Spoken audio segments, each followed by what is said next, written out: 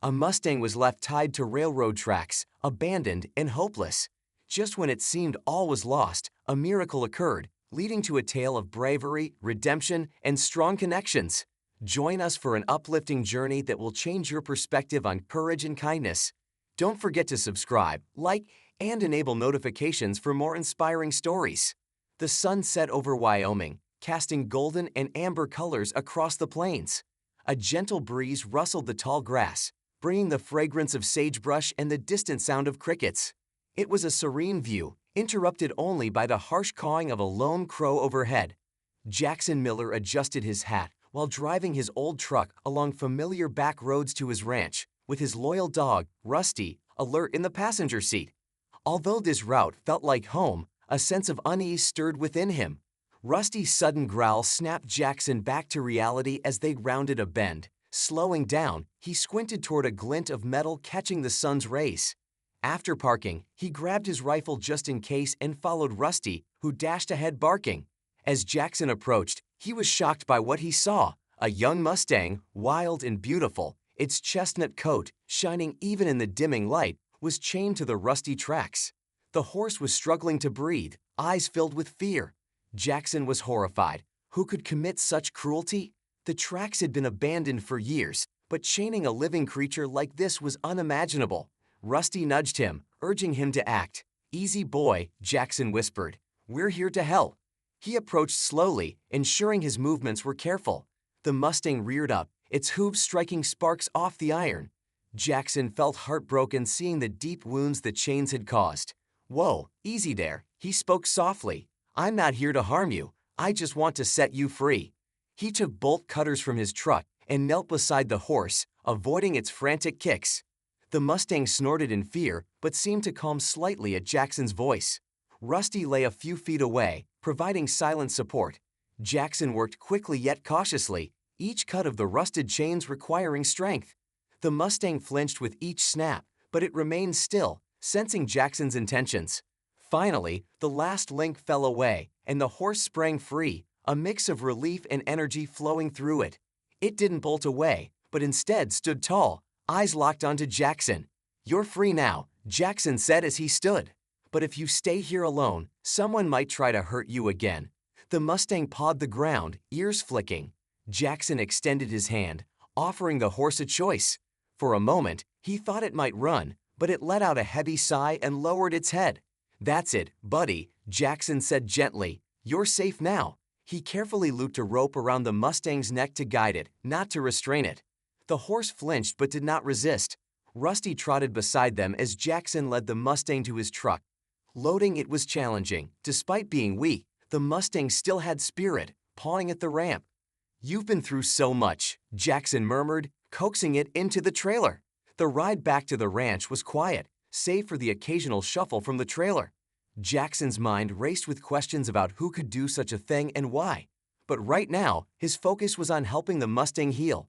At the ranch, the Mustang hesitated at the corral, ears flicking nervously. Jackson had prepared fresh water and a soft bed of hay, but the horse ignored both, standing still and tense. "You'll come around," he said, leaning against the fence, watching the Mustang survey its new environment. That night, memories of his son, Luke, filled Jackson's mind. Luke had loved horses, especially Mustangs, often calling them symbols of freedom and resilience. This thought tightened Jackson's chest. In the morning, he found the Mustang in the same spot, head low but alert. He approached slowly, offering oats. The horse sniffed cautiously and then took a hesitant step forward, nibbling at the grains. "There you go," Jackson smiled. "You're a fighter. I think I'll call you Thunder." The name fit the horse's fiery spirit and dark coat. Over the following days, Thunder began to relax, though he kept his distance. Jackson patiently spent hours near the horse, sometimes speaking softly or just sitting in silence.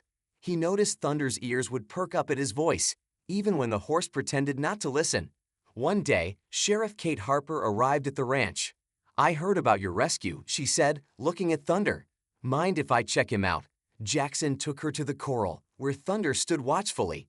Kate's face hardened as she noticed the scars on Thunder's legs. "This wasn't an accident," she said. "Whoever did this wanted him to suffer." "Is it linked to that illegal racing ring you're investigating?" Jackson asked. Kate nodded, confirming his suspicion.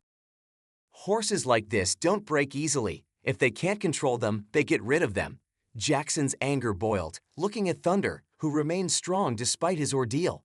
Well, they didn't break this one, he firmly stated. Kate placed a hand on his shoulder. You have a tough task ahead, but if anyone can help him, it's you. That evening, Jackson watched Thunder graze for the first time, feeling a surge of determination. He wanted not only to heal Thunder, but also to show him that not all humans were cruel. Days passed slowly, each one a step toward rebuilding Thunder's trust. The Mustang began to accept Jackson's presence, although sudden movements would still send him retreating. Jackson, steady and patient, spent every spare moment with Thunder, talking softly or sitting quietly. One morning, he decided it was time for the next step. Entering the corral with a soft rope halter, he moved deliberately to avoid startling the horse. Thunder stiffened but did not run away. Jackson spoke reassuringly, slowly slipping the halter over Thunder's head. The horse snorted and tossed its head, but Jackson remained calm. That's it, boy, just breathe. Their training sessions were brief but positive. Thunder started responding to Jackson's cues, his movements becoming more deliberate. Jackson felt pride as he watched the Mustang take its first small steps toward trust. Still, the scars on Thunder's legs reminded him of the cruelty he had faced. As Jackson worked with Thunder, memories of his son grew stronger. Luke had been fearless, always eager to ride wild horses. Jackson could almost hear his laughter in the fields. That ache of loss lingered, but Thunder's progress brought a little light to Jackson's life. One afternoon, Kate returned, looking serious. We found out more about the racing ring, she said, leaning on the fence. It's worse than we thought. They've been targeting wild Mustangs, using brutal methods to break them for illegal races. The ones that resist, she glanced at Thunder, her voice fading. Jackson clenched his fists, anger rising. What about the people responsible? He asked. Kate sighed. We're close, but they're careful, moving the horses constantly to evade capture. We need someone who knows the area, someone they wouldn't suspect. Jackson understood the implication. Looking at Thunder, who grazed peacefully, he felt the urgency. He knew the risks but couldn't bear to let those responsible escape justice. That night, he sat by the fire, watching the flames dance. Rusty lay at his feet, while Thunder's silhouette stood against a starry sky. Jackson made his decision. If helping Kate meant danger, he would face it. Thunder deserved justice, as did every horse that had suffered. The next morning, Jackson saddled his old mare, Daisy, and prepared to head into town. Thunder watched, ears perked. Jackson paused at the gate, saying softly, I'll be back. Just keep getting stronger. Riding away, he felt a strong sense of purpose. He didn't know what awaited him, but he was ready to fight for Thunder, for Luke's memory, and for every horse denied freedom. Early the next day, Jackson reached the sheriff's office, where the air smelled of rain. Inside, he found Kate studying maps marked with potential locations of the racing ring. She brightened when she saw him. Glad you're here, she said. Jackson nodded, ready to help. We have a lead, Kate explained, her voice tense. A rancher reported suspicious activity near his property. Trailers moving at night, with sounds of horses and shouting. It was the best lead they had in weeks. Jackson nodded, determined. I'll check it out. They won't recognize me. Later that night, Jackson saddled Daisy and set off under the cover of darkness. Storm clouds loomed and lightning flickered on the horizon. The path was rough, winding through dense woods. Hours later, he spotted lanterns glowing in the distance. He dismounted, tying Daisy to a tree, and crept forward with Rusty close behind, alert to their surroundings. The clearing ahead was bustling with men loading frightened horses into trailers, their movements rough and hurried. Jackson's anger surged as he watched men force a young mare into a cramped cage, her screams echoing in the night. Suddenly, he stepped on a branch, freezing in place, heart racing. One man swung a flashlight toward the trees. Jackson ducked behind a log, holding his breath, while Rusty crouched beside him. The man muttered something and moved on, allowing Jackson to exhale slowly, his mind racing with the need to act quickly without getting caught. He observed the clearing, taking note of the men and trailers, and then an idea struck him. He pulled out a flare gun, aimed it away from the camp, and fired. The flare shot into the sky, illuminating the night. The men shouted in panic and rushed toward the light, giving Jackson the chance to slip into the clearing. He hurried to the mare's cage, quickly unlatched the door. The horse bolted, hooves pounding the ground. Jackson turned to free another horse when a voice yelled from behind, "Hey, who are you?" He spun around to see a large man charging at him with a club. Rusty leaped forward, growling, allowing Jackson to dodge the man's swing. He punched the man hard, causing the club to fall. Chaos erupted as other men turned, flashlights cutting through the dark. Jackson grabbed Rusty and ran, heart racing, while horses whinnied in panic. He reached Daisy, mounted quickly, and urged her into a gallop, with Rusty keeping pace beside them. The storm broke, rain pelting his face as they rode hard, not stopping until they were far from the camp, breaths coming in gasps. Lightning flashed, and for a moment, Jackson thought he saw thunder in the distance, standing proud. When they got to the ranch, Jackson was drenched and sore, but Thunder stood at the corral's edge, alert as Jackson approached. "We're going to save him," Jackson vowed. The dawn lit the ranch in fiery colors, casting long shadows as Thunder paced restlessly. Jackson, watching from the porch with an untouched coffee, replayed the previous night's events, the terrified horses and the close call. He knew this was part of a larger operation. Kate arrived mid-morning, dust swirling around her patrol car. She stepped out, carrying a thick folder. "We have a problem," she said, her face serious. Jackson led her inside, where Rusty lay down by the door, sensing the tension. Kate laid out the folder's contents on the table, photos of trailers, fake documents, and a marked map. "They're moving faster than we thought," she said. "We found another empty camp this morning. They're disappearing before we can catch them." Jackson studied the map, narrowing his eyes. "They know the land better, but I've lived here my whole life. I can predict where they'll go next." Kate raised an eyebrow. "You want to lead this?" "I have to," Jackson replied. "Those horses can't wait for red tape. If we wait for backup, it'll be too late." Kate hesitated but then agreed. "Okay, but you won't go alone. We'll gather a team." That afternoon, Jackson returned to the corral, where Thunder observed him. "You're a fighter," he said, stroking Thunder's neck, and for the first time, Thunder didn't pull away. Jackson took this as a good sign. He prepared for the mission, saddling Daisy, packing supplies, and finalizing plans with Kate. Thunder would stay behind, cared for by a trusted neighbor. As the sun set, Jackson and a small group of volunteers set out for a remote canyon he knew well. If he was right, the traffickers would use it as a temporary holding area. The ride was tense, the group moving silently through the twilight. Jackson's mind raced with thoughts of the horses they might save and the risks involved, the image of Thunder chained to the tracks fresh in his mind. They arrived at the canyon as darkness fell. Jackson dismounted, signaling the others to spread out. Rusty trotted ahead, sniffing the ground. The night was eerily quiet, and Jackson felt they were close. Suddenly, Rusty froze, his body tense. Jackson followed his gaze to see faint lantern lights in the distance. He motioned for the group to stay back and crept forward, careful on the rocky ground. What he saw chilled him. Dozens of terrified horses crammed into makeshift pens, men with whips patrolling the area, and a truck idling nearby, ready to be loaded. Jackson clenched his fists. The situation was worse than he imagined. He returned to the group and outlined the plan: cut the fences, free the horses, and create chaos to make the traffickers flee. It was risky, but they had no choice. "We move quickly and stick together," he urged. "These horses are counting on us." The team sprang into action, moving swiftly.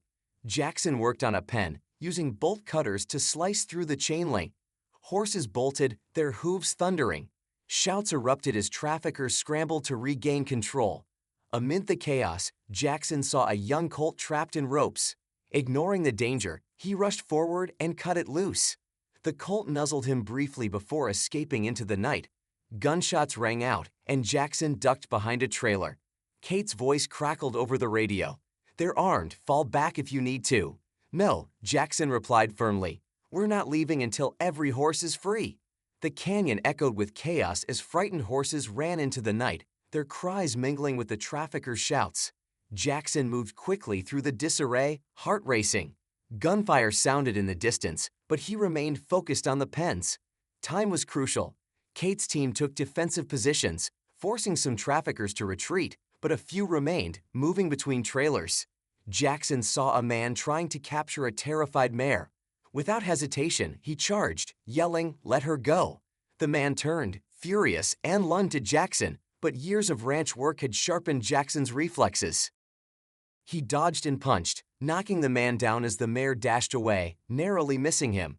Rusty joined Jackson, barking fiercely as they pushed deeper into the camp. Jackson scanned the area for more trapped horses and gasped when he spotted Thunder, standing alone, tense and trembling. "Thunder," he whispered, disbelief flooding him. He approached carefully, heart aching at the sight of new scars on Thunder's flanks. Thunder flinched but didn't move, his eyes locking onto Jackson's, as if recognizing the man who had freed him before. "I've got you, boy," Jackson said, voice steady amidst the chaos. He cut the ropes binding Thunder's legs, trembling with relief and anger. "They'll never hurt you again." Thunder stood tall, ears flicking toward approaching footsteps. Jackson turned to see another trafficker with a gun. Time slowed as the man raised his weapon. Before Jackson could react, Thunder let out a fierce cry and charged, knocking the man back, his gun clattering to the ground. The trafficker scrambled away into the shadows. Jackson placed a hand on Thunder's neck, emotion choking him. "You saved me, boy. Now, let's finish this." By dawn, the traffickers had fled, their camp abandoned. Kate's team rounded up the freed horses into a temporary corral. Jackson stood with Thunder, sore but fulfilled. Thunder's presence symbolized resilience against cruelty. Kate approached, smiling softly. "We did it. The horses are safe, and we have enough evidence to shut this operation down." Jackson nodded, gaze fixed on Thunder. But it's not over for him. He's been through too much to go back to the wild. Kate followed his gaze. "Are you thinking of keeping him?" Jackson didn't respond immediately, stroking Thunder's mane as the Mustang leaned into his touch, trusting him. "I think he's already decided that," he finally said.